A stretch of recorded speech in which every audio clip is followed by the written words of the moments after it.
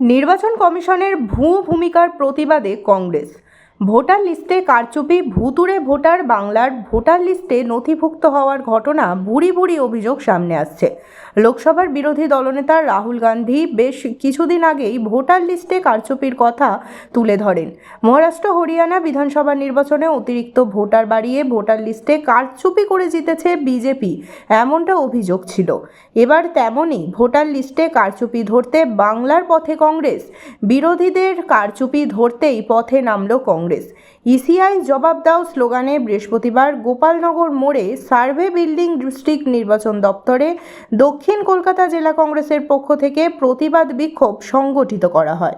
এই বুথে পাওয়া যায় না এবং এরা অদৃশ্য।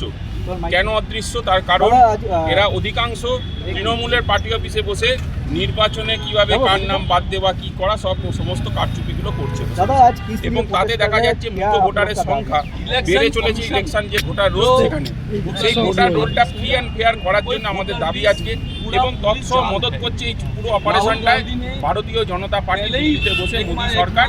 তার কারণ যে ইলেকশন কমিশন কাজ করতে ব্যর্থ প্রতিনিয়ত জানানো সত্ত্বেও যে ইলেকশন কমিশন চাপে পড়ে এপ্রিল 30 তারিখ অবধি কারেকশন করার জন্য এবং নেসেসারি সাজেশন পলিটিক্যাল পার্টি থেকে নেয়, তার মানে বোঝাই যাচ্ছে যে টোটালটাই এরারে ভর্তি এবং এরার ফ্রি করার জন্য আমাদের দাবি রাহুল গান্ধীর নেতৃত্বে